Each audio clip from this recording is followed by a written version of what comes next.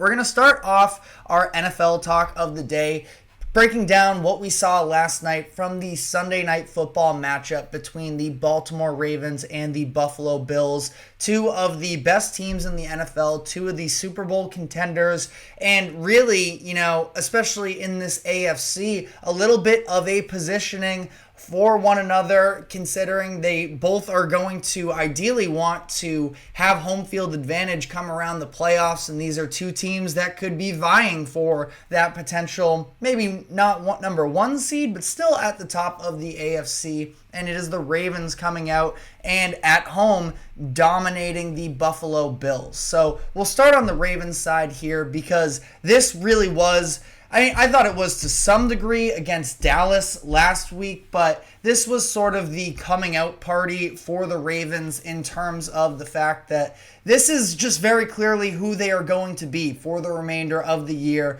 which is ground and pound using Derrick Henry and Lamar Jackson, and just it's a combination of outsizing, outspeeding as well. I mean, you look at the breakaway, Derrick Henry on the first snap of the game rushes for an 87-yard touchdown. It's a combination of the physicality but also the finesse that does lie within this team. And last night they were excellent in the run game once again. Derrick Henry, 24 carries, 199 yards, and a touchdown. You have Lamar getting it done himself as well, 54 yards and a touchdown on the ground there. And this is back-to-back weeks where the Ravens really haven't needed to incorporate all that much of the pass game, and yet when they have needed to, Lamar Jackson has come through for the most part. 13 of 18, 156 yards, and 2 touchdowns. It's maybe not necessarily numbers that are going to help Lamar Jackson in an MVP race, but at this point, he's already got a couple to his name. That's really not where his concern is at. It's about maximizing the talent of this roster, and that is in the trenches, running the ball and being able to wear down opposing defenses, which is what they've done up to this point in the season, and especially so over the course of these past 2 weeks. And I think it would have been maybe a little bit concerning if the Ravens went away from this. We'll be diving into the Eagles probably tomorrow is when we're going to talk about that game. But I thought that the abandoning after Saquon Barkley showing that he really should be the identity of that offense, going away from it, I think is a little bit of a bad reflection on the coaching staff. In this game, the Ravens, they just saw how much success they had last week against the Cowboys, that they wanted to replicate that, and they did, especially against a defense in the Bills that are without both of their starting linebackers. There's still so much, and we keep talking about it week after week. I promise, as the season goes on here, that at some point it's just going to be who they are. But it is still early in the year, and the Bills have such a different identity defensively this season in comparison to what they had last year, just based on the change in personnel. And they are still sort of finding themselves. They've played very well up to this point, specifically the secondary, in terms of being able to limit opponents, and they haven't really had to force themselves to get stops to stay in a game because the offense has looked so good on the other side that the Bills have been the ones sort of jumping out on top. I know the Cardinals game, the Bills did have to come back, but this is a core right now on defense, especially with all the injuries piled up. Ravens were going to have to expose the run, and obviously John Harbaugh, there's just never really any doubts about whether or not he is able to take advantage. I know a lot of people were sort of on offensive coordinator Todd Monken for the way that the AFC Championship game went down last year. I think that Monken has done an excellent job up to this point in the season. You look at sort of the different elements they have, the misdirection from their offensive line and in that running game, to be able to have levels to that. I mean, it just feels so unfair having Lamar Jackson and Derrick Henry in a backfield together from a rushing standpoint. And then again, Lamar, he is a much more improved passer than I think a lot of people do want to actually give him credit for over the course of, I'd specifically call it from the start of last season. I think he's been very good in the passing game, but obviously, running is his strength, and it's the identity that the Ravens want to fulfill at this point. I can double-check the stats. I looked it up earlier this morning. Ravens, once again, easily the best rushing offense in the NFL up to this point in the season. 220 yards per game through 4 games. That is just about 45 more yards per game than the second best team, which is the Packers there. So obviously, Ravens, they are confident in who they are once again, and this is just something that I think is going to only continue to get better moving forward here. On the Bills side of this game, like I mentioned, defense definitely worn down, so it's not surprising to me that the Ravens were able to run all over them. What I wasn't expecting is really a lack of a passing game. And Josh Allen was the MVP runner through the first 3 weeks. I haven't checked the odds since then. I'd imagine he's still up there, but probably dinged a little bit since then. And with this game in mind, and I don't think that Josh Allen was necessarily bad in this game. 16 of 29, 180 yards. It was pretty underwhelming, all things considered, but I think sort of when I went and I watched this game, it was more so to me about the fact that Josh Allen was trying to play a little bit more patient and not have to be a little bit of the extreme Josh Allen who's running around with his head on fire, making plays downfield, but also happening to make mistakes. I think that Allen came into this game, all things considered, pretty relaxed, pretty in control. The issue is nothing was really opening up for him. And then as the game progressed, we saw him starting to play more aggressive. And you saw it really from the first possession of the second half for the Bills, where Josh Allen was under pressure, running out of bounds on 3rd and 5. And he ends up basically, again, as he's running out of bounds, somehow find Khalil Shakir wide open all the way down the field, so ends up picking up 52 yards there, and that was in a moment where the Bills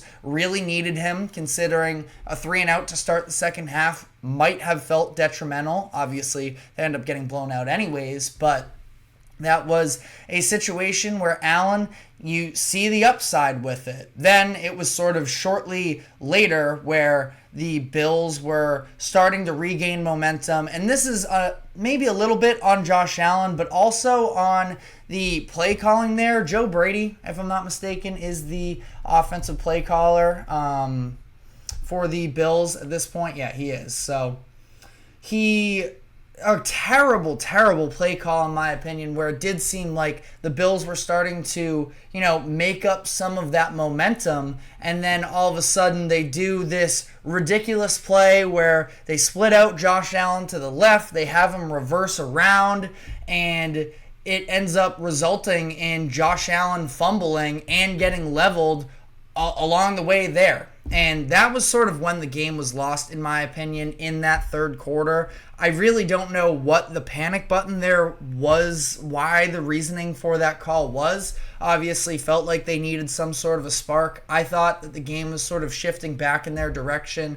And then, once the fumble occurs there, Bills get knocked off a peg. The Ravens just able to sort of ground and pound their way in for another touchdown. And that really was when the game was pretty much. But I don't think that this is any sort of a panic button game for the Bills. I mean, they were sort of due to be humbled to some degree, and that is a very tough Ravens team on the other end, that both of these teams are probably have the inkling that they may face one another again later this season in the playoffs. So it's not like it's an embarrassing loss from the Bills' perspective of, being knocked off by a team like the Ravens, but the fashion in which it happened is sort of a look into the Bills lost a lot of talent from last season to this year. You obviously don't have the game-breaking receivers of Stephon Diggs and Gabe Davis, and game-breaking is maybe a little bit, overly complimentary. In terms of, what Gabe Davis really was. He was a big play potential guy, though. And Stephon Diggs is obviously Stephon Diggs. He's having a very nice season for himself in Houston right now. That there really aren't those game-breaking types of players. So it is so much on the shoulders of Josh Allen. And when you sort of put Josh Allen into a corner like that, that's when you start to get the erratic nature of him and the Buffalo Bills. So, again, Bills, I think they'll be fine. This isn't, to say that they can't compete with the best in the NFL, but I do feel like this did sort of show some of the flaws. And again, injuries, of course, on the side of the Bills as well played a factor in this. But I think that it is kind of clear that there is a discrepancy between the Bills' talent level and, the likes of the Ravens in the league. And so I want to finish this off with sort of circling back around to the Ravens one last time in terms of talking about what their identity is now.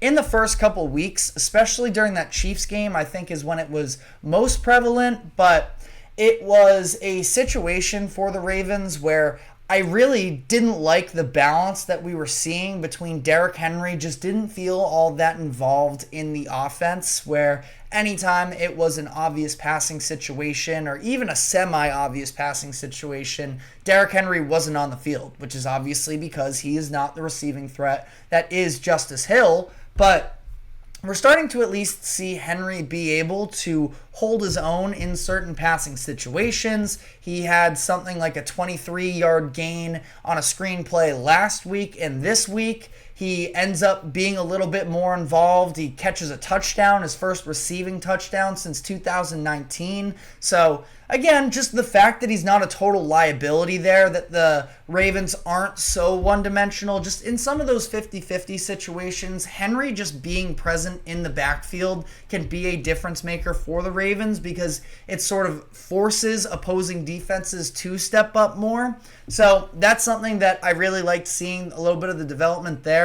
And then also credit Justice Hill as well, who is a very good receiving back. You saw in the third quarter on one of their touchdown drives, it was a 3rd and long situation. Hill gets the ball out in the flats and ends up shaking a couple defenders to pick up a first down and put them in the red zone. So I think that the balance that they're striking between Derrick Henry and Justice Hill is great. Let's be real, this Ravens team, specifically on the offensive side of the ball, it is about the running ability with them, whether that be who's lined up in the backfield, who they have on the front line. I'll also mention as well the fact that their left guard, Andrew Voorhees, he was out for this game, and they were still able to control the line of scrimmage. Patrick McCary taking that left guard spot, moving over from right tackle. Roger Rosengarten, the rookie, he ends up starting there. Had a little bit of a mixed bag at times, but overall the offensive line looked good. The running game looked incredible, and that is how the Ravens are going to have success. And then on top of that,